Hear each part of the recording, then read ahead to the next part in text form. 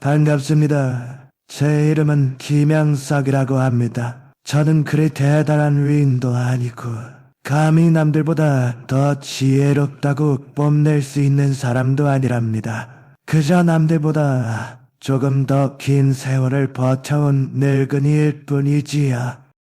강산이 변하고 사람이 늙어가는 모습을 지켜볼 만큼 충분히 오래 살았고 인생의 막바지에 다다라서야 비로소 그건 그랬구나 하고 고개를 끄덕일 수 있는 사실들을 알게 될 만큼 나이를 먹었습니다.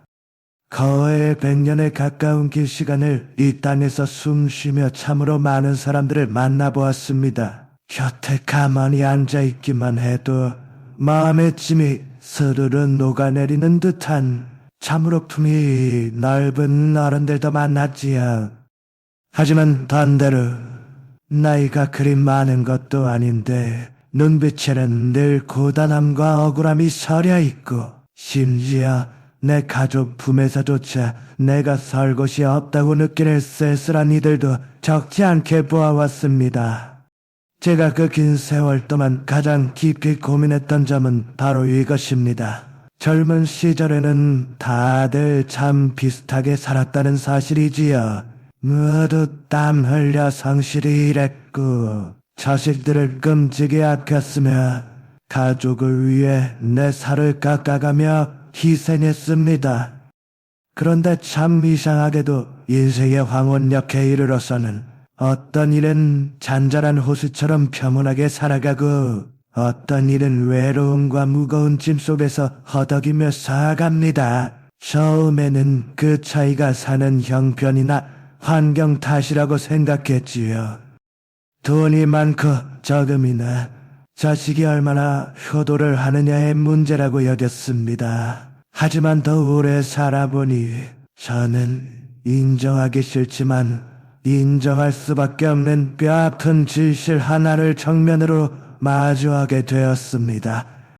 노년에 찾아오는 그 숱한 고독과 피로는 남이 주는 것이 아니라 우리가 지난 수십 년간 자녀 앞에서 어떤 모습으로 서 있었는지, 특히 입 밖으로 내뱉은 말들이 어떠했는지에서 비롯된다는 사실입니다. 우리는 스스로 이건 다 너 잘되라고 하는 소리다라고 믿으며 어떤 말들을 쏟아냅니다. 그러나 그런 말들이 하루하루 쌓이면서 나도 모르는 사이에 부모와 자식 사이에 보이지 않는, 하지만 건너갈 수 없는 깊은 강을 만들어냅니다. 오늘 저는 여러분께 무슨 거창한 도덕 교과서 같은 이야기를 하려는 게 아닙니다. 그저 많은 부모님들이 무심결에 반복해온 너무나 익숙해서 문제인 줄도 몰랐던 한 가지 습관을 함께 짚어보려 합니다. 그것은 바로 말로 자식을 이겨먹으려는 태도입니다. 만약 저의 이 늙은 이야기를 끝까지 들어주신다면 때로는 뼈 있는 옳은 말 한마디를 꿀꺽 삼키는 것이 왜 노년의 평화를 지키는 유일한 열쇠가 되는지 찬찬히 말씀드리겠습니다. 그리고 세 가지 구체적인 이야기를 풀어놓기 전에 우리는 더 중요한 한 가지를 먼저 가슴에 새겨야 합니다. 진짜 문제는 듣는 자녀에게 있는 것이 아니라 말하는 부모의 마음가짐 속에 숨어 있다는 것입니다. 많은 부모님들은 내가 이치에 맞는 논리적인 말을 하면 언젠가 아이들이 부모님 말씀이 맞았구나 하고 깨달을 것이라 굳게 믿습니다. 저 또한 젊은 날에는 그렇게 믿었던 어리석은 사람이었습니다. 먼저 산 사람은 뒤따라오는 사람이 아직 가보지 못한 험한 길을 미리 보았으니 길을 알려줘야 한다고 생각했기 때문이지요. 그러나 인생의 해가 저물어 갈수록 저는 참으로 모순된 한 가지 깨달음을 얻게 되었습니다. 아무리 구구절절 옳은 말이라도 그 말을 담아내는 마음의 그릇이 잘못되어 있으면 오히려 칼보다 더 깊은 상처를 준다는 사실입니다. 문제는 부모의 말이 참말이냐 거짓말이냐가 아니라 도대체 왜 그 말을 하려는지, 그리고 어떤 표정으로 말하고 있는지에 달려 있습니다. 부모와 자식 사이에는 아주 흔한 착각이 하나 있습니다. 우리는 아이들을 가르치고 있다고 생각하지만 실제로는 부모인 내가 너보다 위에 있다는 위치를 확인하고 싶어하는 경우가 많습니다. 우리는 자녀가 돌부리에 걸리지 않도록 돕는다고 생각하지만 때로는 무심코 너는 아직 멀었어, 너는 내 아래야라는 사실을 꼬집고 있는 셈이지요. 말 속에 상대를 꺾어 이기려는 욕심이 숨어 있으면 그것을 아무리 인생 경험이나 사랑이라는 예쁜 포장지로 감싸도 결국 그 안에서 나오는 기운은 상대를 짓누르는 압박일 뿐입니다. 자식들은 이런 기운을 귀신같이 알아챕니다. 부모의 논리를 끝까지 듣지 않아도 또 나를 점수 매기고 있구나라는 것을 본능적으로 느끼지요.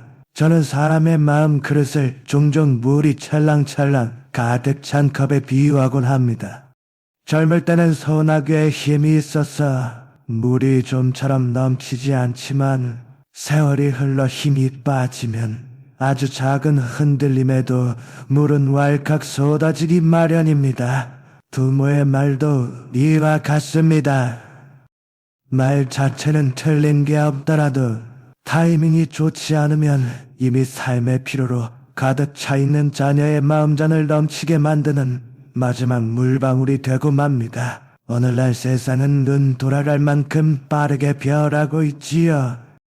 요새 자녀들은 옛날처럼 먹고 사는 문제 때문에 부모에게 매달리지는 않지만 나 자신으로 떳떳하게 살아가기 위해 여전히 부모라는 든든한 나무가 필요합니다. 그런데 부모의 말 속에서 더 이상 쉴 수 있는 그늘을 느끼지 못할 때 아이들은 입을 닫아버리는데 이것은 아주 자연스러운 자기 보호 본능입니다. 말을 뱉을 때 우리 마음속에 도대체 무엇이 들어있는지 들여다봐야 합니다. 자식이 내 마음을 알아주길 바라는 간절함인지 아니면 내가 자신 머리 꼭대기에 앉아 이기고 싶은 옥인지 말이지요. 그리고 바로 이 질문을 던지는 순간 작아 보이지만 지난 수년 동안 부모와 자식 사이를 조금씩 하지만 확실하게 벌어지게 만든 세 가지 나쁜 습관이 수면 위로 떠오릅니다.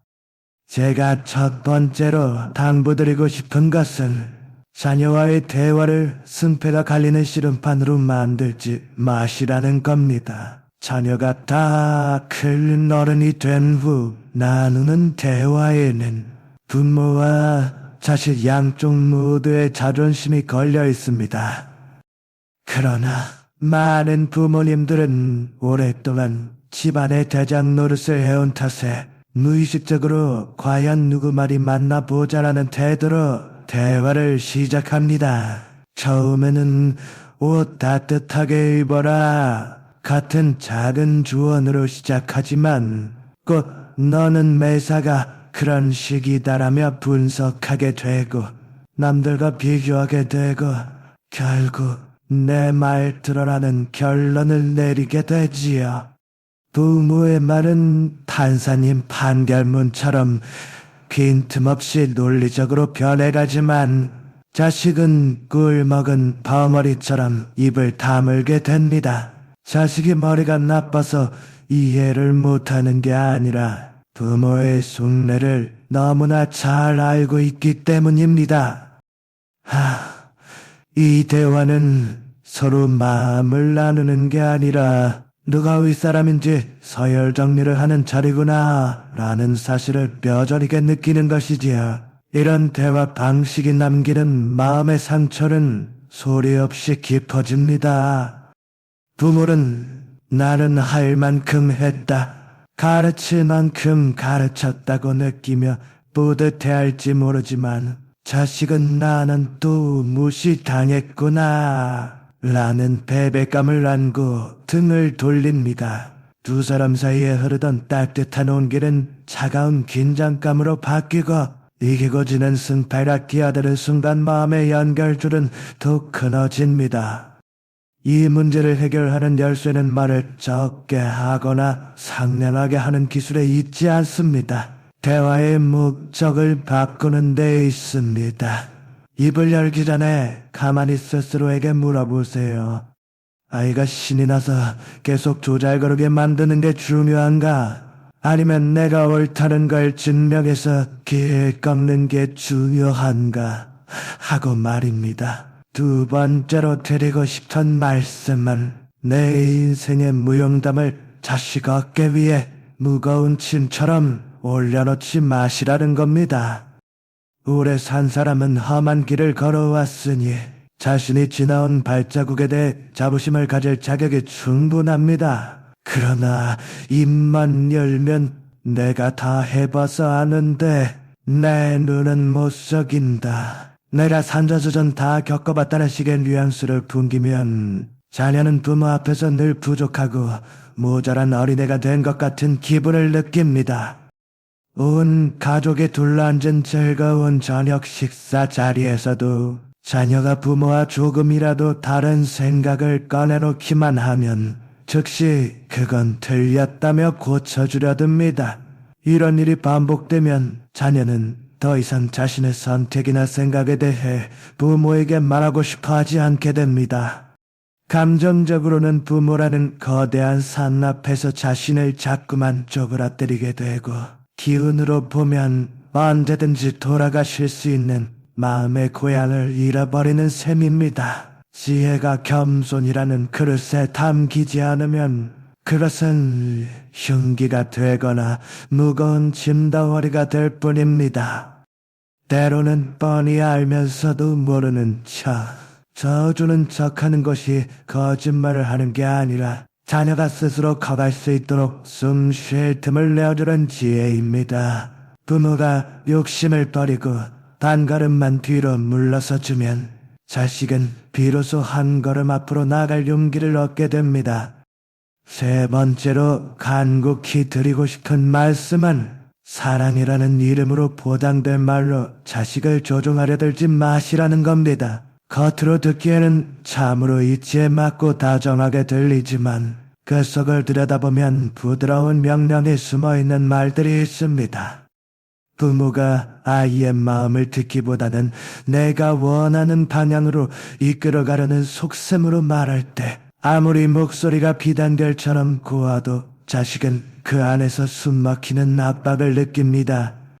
머리로 된다. 또 반어해야겠구나 하고 벽을 치게 되고 마음으로는 나를 믿지 못하시는구나 하고 섭섭함을 느끼며 두 사람 사이의 기운은 팽팽한 줄다리기처럼 긴장 상태로 변해갑니다. 이때 자식의 입을 꾹 다무는 것은 부모가 싫어서 냉담해진 것이 아니라 자기 자신을 보호하기 위해 웅크리는 본능적인 반응일 뿐입니다. 여기서 상황을 바꾸는 열쇠 역시 더 그럴싸한 좋은 말을 찾아내는 데 있지 않습니다. 말을 뱉기 전에 잠시 멈춰 서서 내가 지금 정말로 아이를 돕고 싶은 것인가 아니면 내 뜻대로 결과를 만들고 싶은 것인가를 스스로의 양심에 비추어 확인하는 데 있습니다. 부모가 말로 자식을 조종하려는 고집을 내려놓을 때 자식은 비로소 굳게 닫았던 마음의 빗장을 엽니다. 제가 말씀드린 이 세 가지 습관은 겉보기에는 참으로 사소해 보입니다. 따뜻한 밥 한 끼 먹을 때, 안부 전화 한 통 할 때, 짧은 잔소리를 건넬 때처럼 늘 반복되는 일상의 순간들에 숨어있기 때문이지요. 그러나 바로 그 매일의 반복이 가랑비에 옷 젖듯 부모와 자식 사이에 건널 수 없는 먼 거리감을 만들어냅니다. 세상 천지에 자식을 일부러 아프게 하려는 부모가 어디 있겠습니까? 다만 옳은 말을 하는 것에 너무 익숙해져서 자식의 마음을 다치지 않게 안전하게 말하는 법을 잠시 잊었을 뿐입니다. 그리고 어느 날 문득 정말로 속 깊은 이야기를 나누고 싶어졌을 때 내 앞에 앉아있는 자식의 마음은 이미 저만치 멀리 떠나버렸다는 사실을 깨닫고 가슴을 치게 됩니다. 어쩌면 우리가 던져야 할 질문은 내가 얼마나 맞는 말을 많이 했는가가 아니라 말을 나눌 때마다 우리 사이가 조금 더 애틋해졌는가 아니면 조금 더 서먹해졌는가 일지도 모릅니다. 그 질문 앞에서 잠시라도 발걸음을 멈추고 생각에 잠기셨다면 이제는 나이 들어가는 우리가 누려야 할 평안을 조용히 붙잡고 있는지 아니면 나도 모르게 밀어내고 있는지 다음 이야기에서 더 솔직하게 마주해 볼 때가 된 것 같습니다. 인생의 끝자락에 가까워질수록 저는 뼈저리게 느끼는 사실이 하나 있습니다. 가장 깊은 슬픔은 요란한 소리를 내지 않는다는 것입니다. 그것은 큰 소리로 싸우는 말다툼에서 오는 것이 아니라 너무 오랫동안 이어진 침묵 속에서 조용히 피어납니다. 아주 고요한 오후. 집안에는 여전히 가족들이 있고 밥상에는 따뜻한 국과 밥이 차려져 있지만 더 이상 어디서부터 말문을 터야 할지 아무도 모르는 그런 먹먹한 순간들이 있습니다.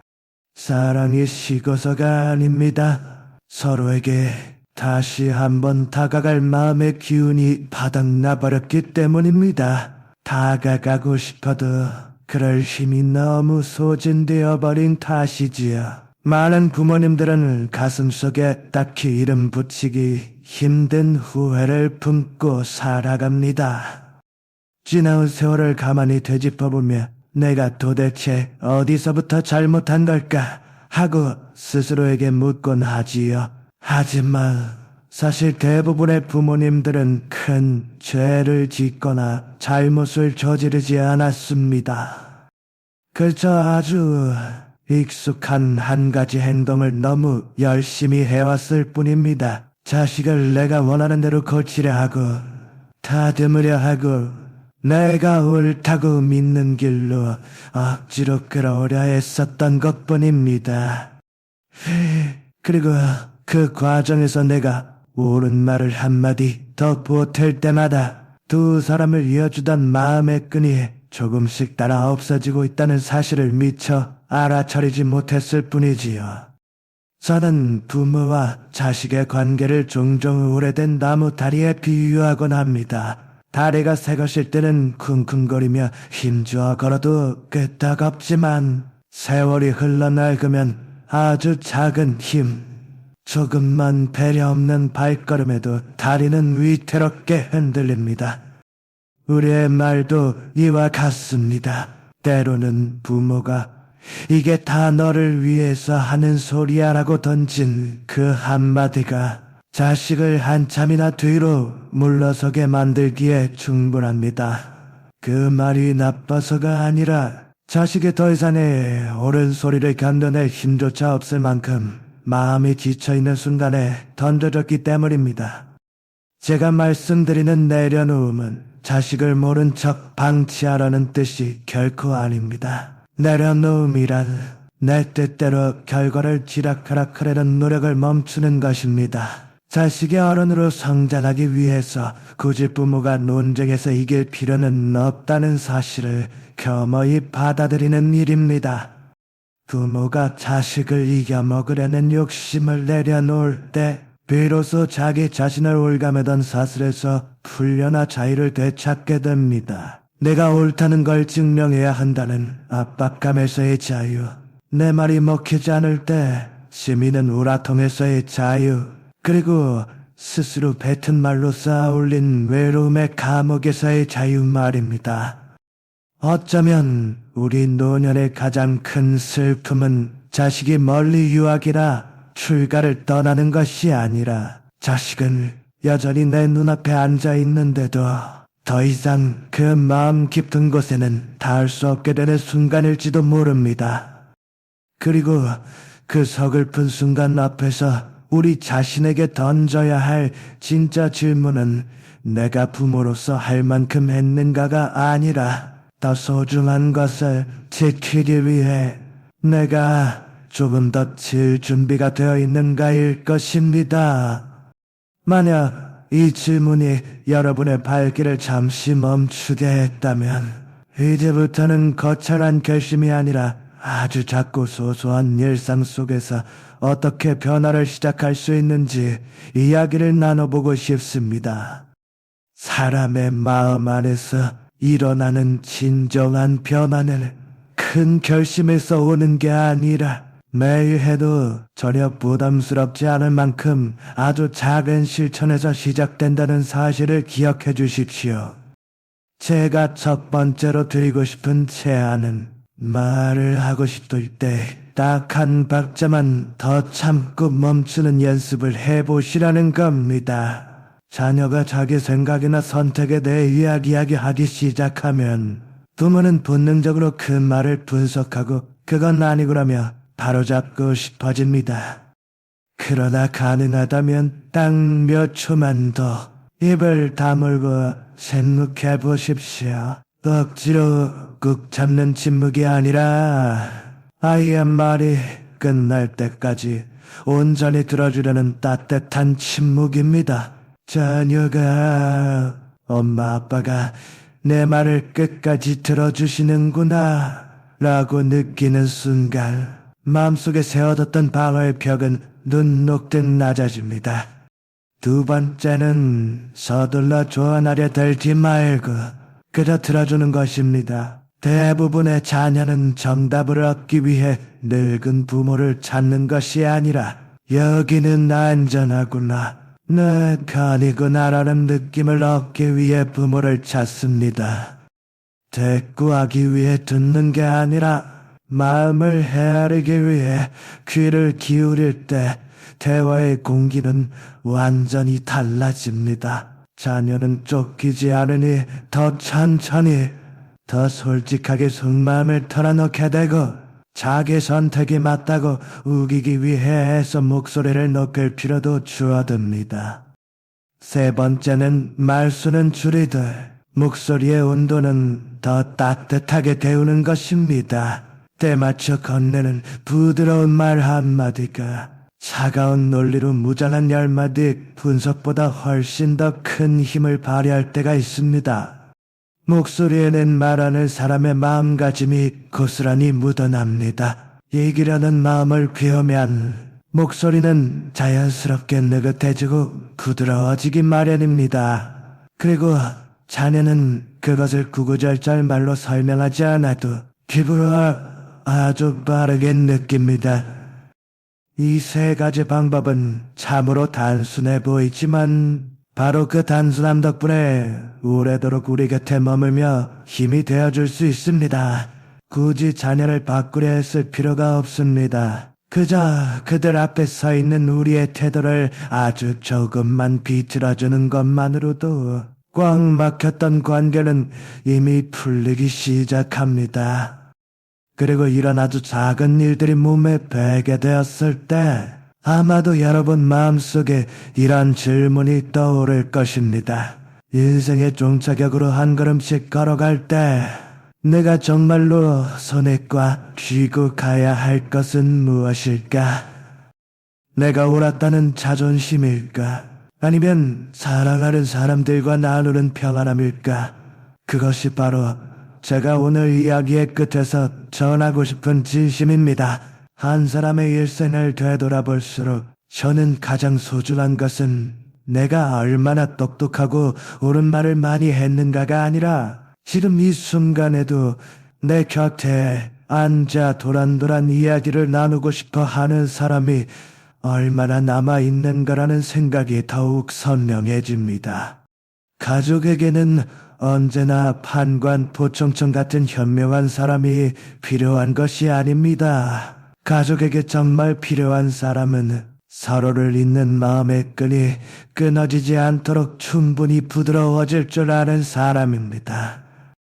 오늘 제 이야기를 여기까지 들어주셨다면 아마도 여러분의 마음 한구석에도 남들에게 말 못할 아주 개인적인 침묵 하나가 자리 잡고 있을 겁니다. 자녀를 위해 삼켜야 했던 침묵, 이미 뱉어버린 말들에 대한 후회의 침묵, 그리고 다르게 말할 수도 있었는데 그러지 못했던 순간들을 떠올리는 침묵 말입니다.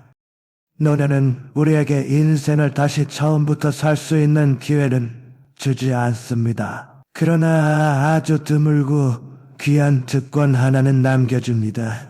다룬 무거운 것들을 내려놓을 수 있는 선택권입니다. 부모로서 짊어졌던 너무 무거워진 역할을 하나 내려놓는 것, 그리고 모든 대화에서 내가 다 맞아야 한다는 욕심을 내려놓는 것 말입니다. 그리고 그것을 홀가분하게 내려놓을 수 있을 때 우리는 존엄을 잃는 것이 아니라 오히려 누구도 침범할 수 없는 깊은 평안을 지켜낼 수 있습니다.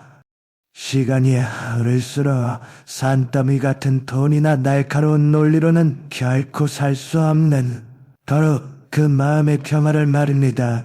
오늘 이 늙은이의 말이 여러분의 마음에 작은 울림을 주었다면 스스로에게 고생했다, 잘 살았다는 감사의 말 한마디를 건네보셔도 좋겠습니다. 그것은 저를 위한 것이 아니라 잠시 멈춰서서 내면의 소리에 귀 기울인 여러분 자신을 위한 선물입니다. 이 이야기가 조금이라도 위로가 되었다면 앞으로도 이 길을 저와 함께 걸어주십시오. 그렇게 해서 인생의 후반부로 천천히 그리고 우아하게 걸어가고 계신 벗들을 위한 또 다른 이야기들 속에서 오늘처럼 차분한 마음으로 다시 만날 수 있기를 바랍니다. 그리고 작별 인사를 드리기 전에 아주 익숙하지만 우리가 좀처럼 정면으로 마주 보지 않았던 질문 하나를 남기고 싶습니다. 자녀들이 점점 우리 앞에서 입을 다물고 말을 아끼게 되는 이유는 무엇일까요? 그들이 변해서일까요? 아니면 우리가 여전히 10년 전, 20년 전과 똑같은 방식으로 말하고 있기 때문일까요? 이 질문에 대해 저와 함께 곰곰이 생각해보고 싶으시다면 다음 이야기에서 반가운 얼굴로 다시 뵙겠습니다. 모두 평안하십시오.